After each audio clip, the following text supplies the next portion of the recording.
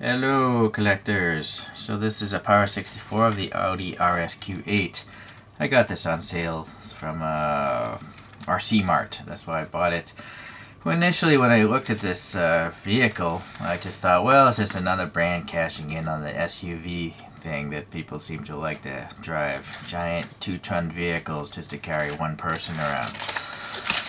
Alright, but it turns out this is actually a pretty high performance vehicle, so once again I'm going to be learning about the real world by buying a miniature model of something.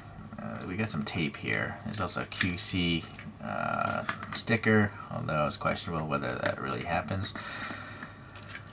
I don't like Para64 because they use these giant cases which you have to buy, and they're really unnecessary in my opinion for a model like this. There's no sensitive parts or anything on the Para64, so essentially they're making you buy stuff you don't even need.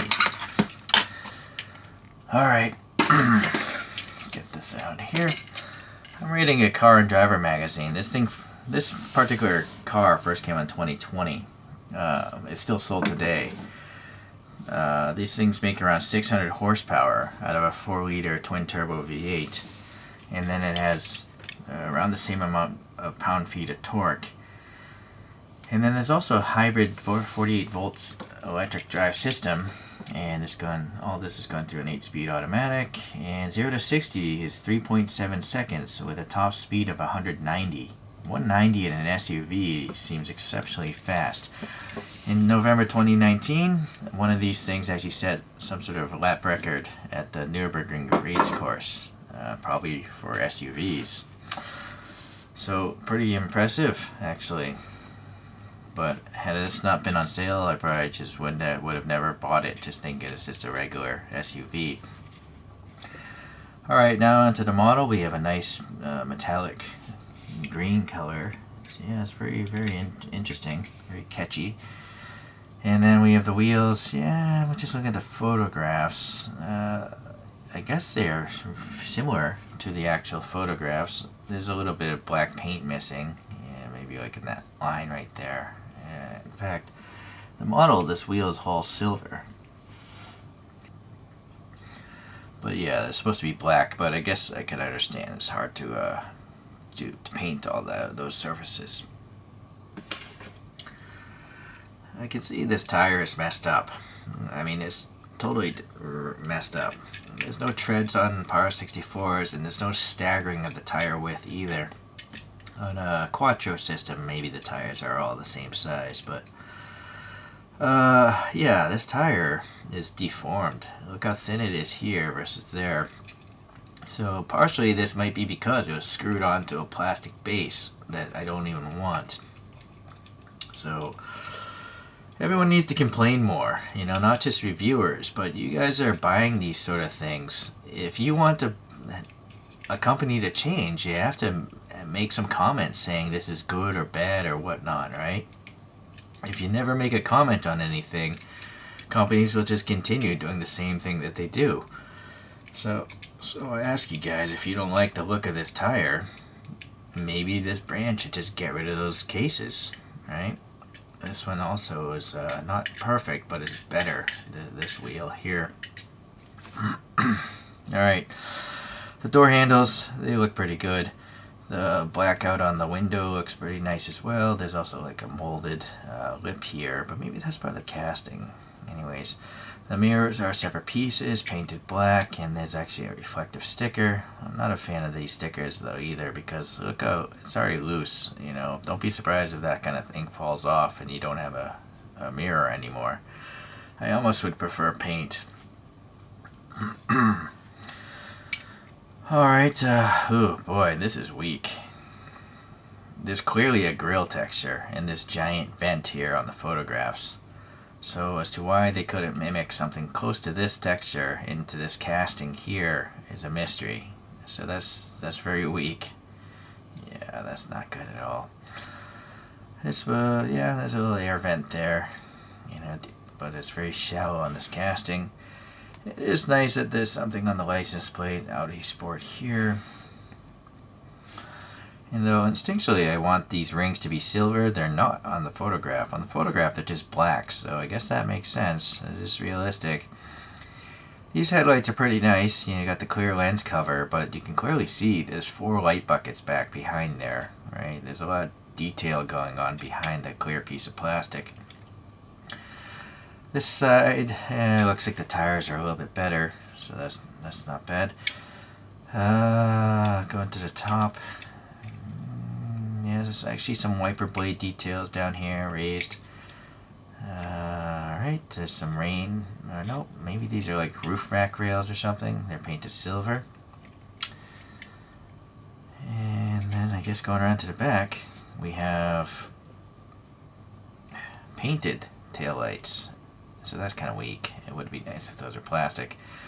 I mean, they're not very small, so I think they could have easily been made out of plastic. Alright, license plate detail. I think this might be a decal. Just look at how wrinkly it is. The black rings again. The wiper blade here is raised. The blackout's printed pretty nice. And then we have oval tailpipes with a little recess, so that looks pretty good. The little reflector red here is nicely done. This is a vent. I can understand no black there because it's so small. It'd be hard to get paint in there, but you could add it pretty easily. Alright, and then there's some blackout paint here on the lower valance. The fuel filler is over there.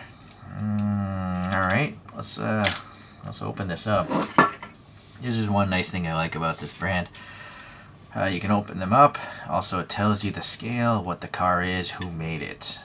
So, and if you care about undercarriage details, you get some of that. Me, I don't really care about the bottom of the vehicle, what it looks like.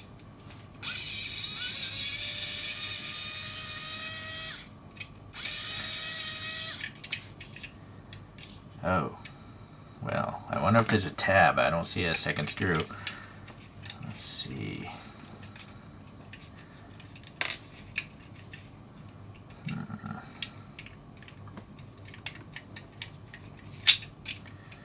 What is trapping the rear end of this thing? I can clearly see the plastic wiggling, right? But I don't know what's keeping it in there.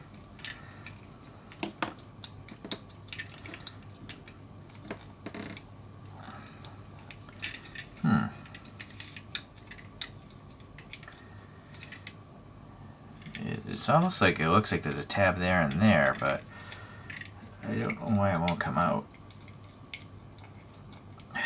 Well, I don't want to break it because the base is plastic. So I guess we will not be looking at the interior of this. So I'm going to just pop this back in. I wonder if the whole thing is supposed to come out like the interior and the bottom. Nope, still no luck.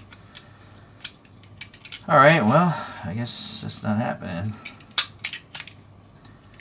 I don't think it matters which way the wheels go. They're all the same casting.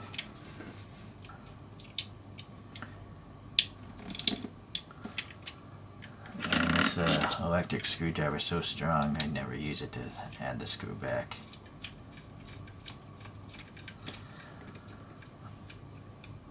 Alright, so I guess I gotta get the flashlight out now. And let's see. Yeah, we got nice molded details. This is what I would expect from a brand like Para64. It's just no additional color.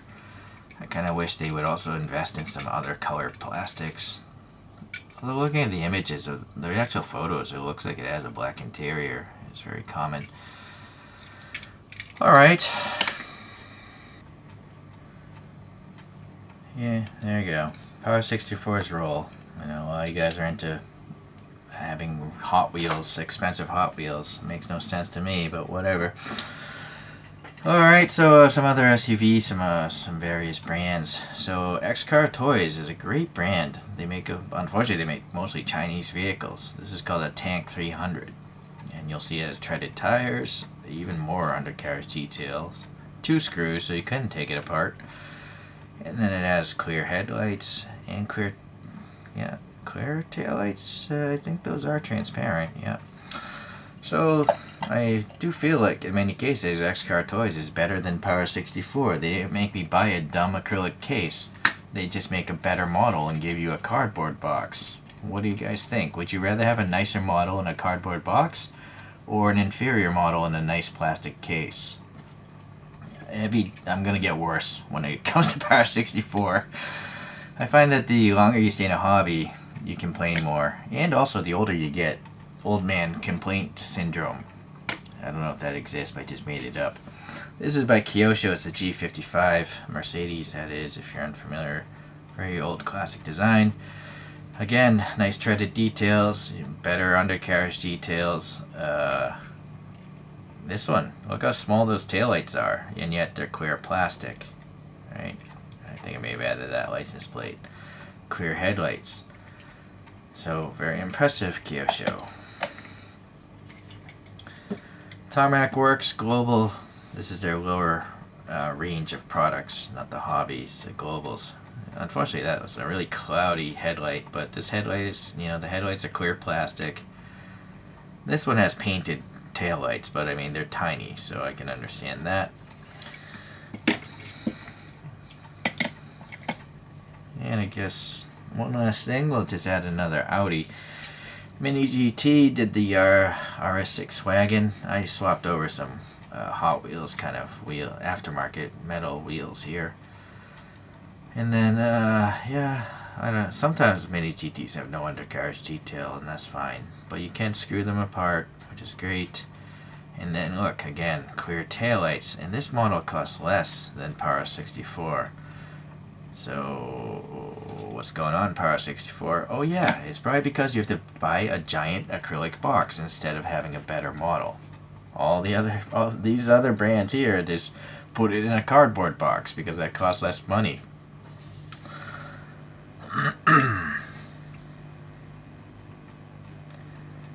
So it's actually quite a large vehicle. I thought it was like a cute ute, but it's actually looks to be a full-size SUV that apparently goes really fast.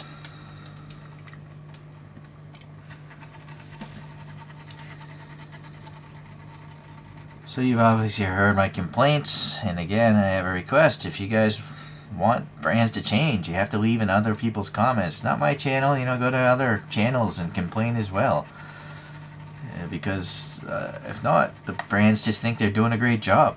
If no one complains about anything, they'll just continue what they're doing. Alright, well, this isn't going to stop me from buying Para64, but it's also not going to stop me complaining about the brand making me buy stuff I don't want and having basically an inferior model because of it. Alright, I'll see you guys. Take care.